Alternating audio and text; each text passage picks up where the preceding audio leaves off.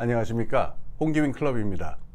미국 대통령 선거를 앞두고 지난 7월 13일 트럼프 후보의 유세 도중에 벌어졌던 총격 사건, 아주 큰 충격을 주었습니다. 워낙 충격적인 사건인데다가 이 극적인 장면들까지 막 연출이 되고 그러니까 미국 안팎으로 이제 미국 대선은 끝났구나, 트럼프 후보가 압도적인 표 차이로 당선되겠구나 하는 분위기가 막 전 세계적으로 퍼져나갔습니다. 또한 미국 내부의 분석가들도 이 총격 사건이 계기가 돼서 트럼프 후보의 지지율이 수직 상승할 것이다, 이렇게 점치는 이들이 많은데요. 최소한 일주일이 지난 지금 시점에서 트럼프 후보의 지지율 여론조사를 보면은요, 그런 식의 수직 상승 효과는 별로 나타나고 있는 것 같지 않습니다. 특히 미국 대선의 결전장이라고 할 수 있는 스윙 스테이트, 이른바 경합지역이라고 하는 곳에서는 그 효과가 더욱 미미하게 나타나고 있습니다. 지난 6월에 민주당의 바이든 대통령이 큰 낭패를 보았던 대선 토론회가 있었죠. 그 토론회가 미쳤던 충격에 비하면은 아주 그 효과가 미미하다, 이렇게밖에 말할 수가 없겠습니다.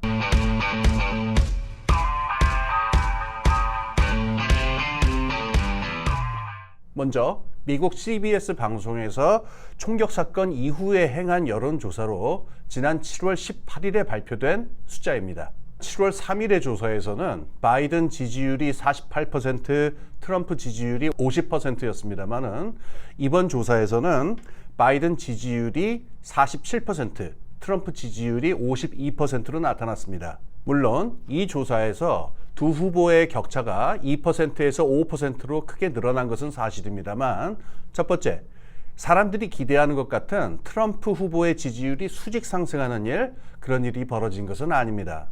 이전의 조사가 행해진 것이 보름 전이라는 점을 감안하면요, 이렇게 격차가 확대되는 원인이 총격 사건에 있다기보다는 6월 말에 있었던 그 문제의 대선 토론회, 그것의 여파가 미쳐서 나타난 것이다, 이렇게 해석하는 것이 얼마든지 가능합니다. 이번 총격 사건이 표심에 미치는 영향을 좀 더 세세하게 분석하기 위해서는요, 짧은 간격으로 이루어졌던 여론조사를 한번 참고해 볼 필요가 있겠습니다. 지난 16일에 뉴스위크지에 보도된 모닝 컨설트의 여론조사 결과에 한번 주목할 필요가 있겠습니다. 총격 사건이 있은 직후에 최초로 행해진 여론조사라고 하는 의미가 있습니다. 또 이곳의 조사는 월간 단위나 보름 단위가 아니고 매주 단위로 행해지기 때문에 각각의 사건이 어떻게 표심에 영향을 미쳤는가를 좀 더 세세하게 추적할 수 있는 장점이 있습니다. 총격 사건이 반영되지 않았었던 수치를 보면은요, 바이든의 지지율이 42%, 트럼프의 지지율이 43%, 그러니까 2%의 차이가 있었습니다.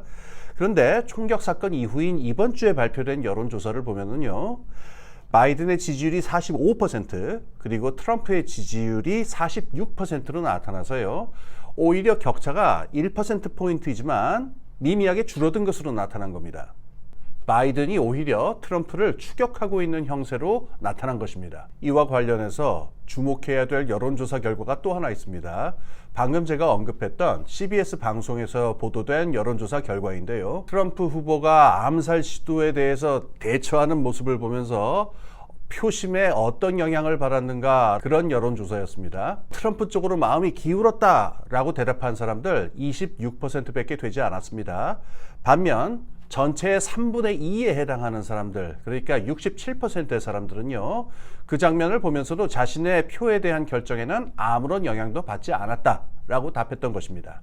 총격 사건이 트럼프 지지율에 영향을 주었다 하더라도 그 효과는 분명하게 제한적인 것이다 라고 하는 말을 최소한 할 수 있을 것입니다. 미국 대통령 선거는 주마다 선출되는 선거인단을 거쳐서 이루어지는, 즉 간접 선거이죠. 따라서 일반적인 전체의 지지율보다는요, 경합주, 이른바 스윙 스테이트라고 하는 곳들에서 나타나는 이 승패가 결정적으로 중요한데요, 이곳에서의 두 후보의 격차의 차이는요, 전국 단위의 격차의 차이보다는 당연히 작게 나타나고요, 트럼프 후보로 크게 기우는 현상도 전혀 발견되고 있지 않다고 합니다.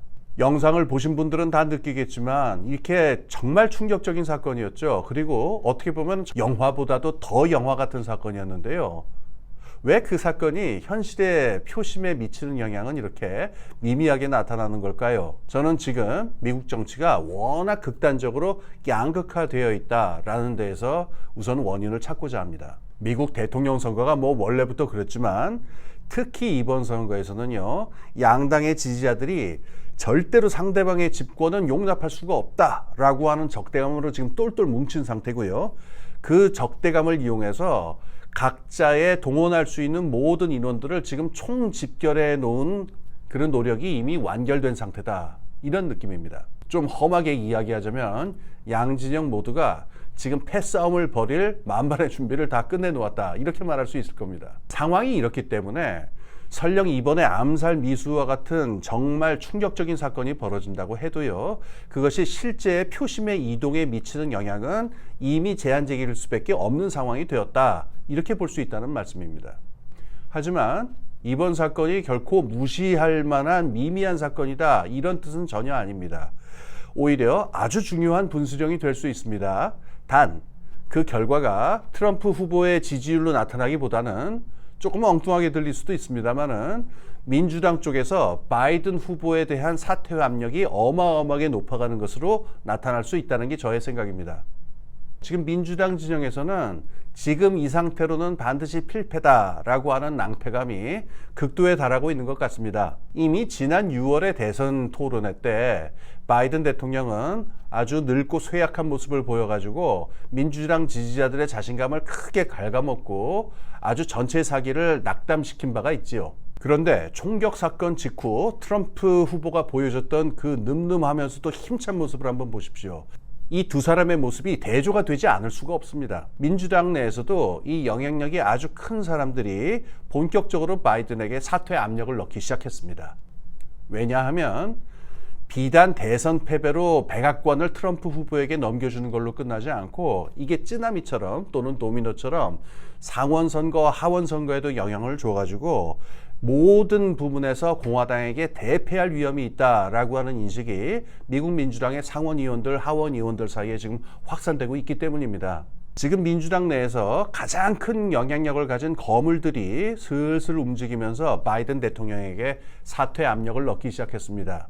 AP통신의 보도에 따르면요, 버락 오바마 전 미국 대통령이 자신의 측근들에게 이 바이든 후보로 과연 대선에서 승리할 수 있겠느냐라고 하는 우려를 본격적으로 표명하기 시작했다고 합니다. 그리고 전 하원 의장인 낸시 펠로시, 이분은 이러한 당내 여론을 주도적으로 조직을 해나가면서 이미 사적인 경로를 통해 가지고 바이든에게 직접 사퇴 압력을 넣기 시작했다고 합니다.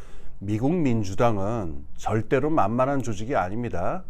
또 그리고 겉으로 보이는 민주적인 절차 이것만으로 움직이는 간단한 조직도 결코 아닙니다. 정치적인 위기에 닥쳤다 싶을 때에는 아주 기상천외한 여러 가지 방법들을 동원해 가지고 굉장히 기민하고도 굉장히 효과적인 방법으로 대처하는 모습을 보여준 적이 얼마든지 있습니다. 그래서 총격 사건은요, 좀 역설적이지만은 이 공화당 쪽보다는 민주당 쪽에 더 큰 변화를 가져오는 것으로 보이고요. 조만간 민주당 쪽에서 큰 변화가 벌어질 가능성이 높아졌습니다. 그러니까 총격 사건으로 이번 미국 대통령 선거 이제 끝났다, 게임 오버다, 이런 생각은 좀 오버가 아닌가라고 하는 말씀 드리고 싶습니다. 아직 시간은 충분히 남아 있습니다. 후반전 15분 남아있으면 골이 3번은 들어갈 수 있는 시간이라고 하지요. 미국 대선은 이제부터 게임이 시작된 것이다, 이렇게 보여지기도 합니다.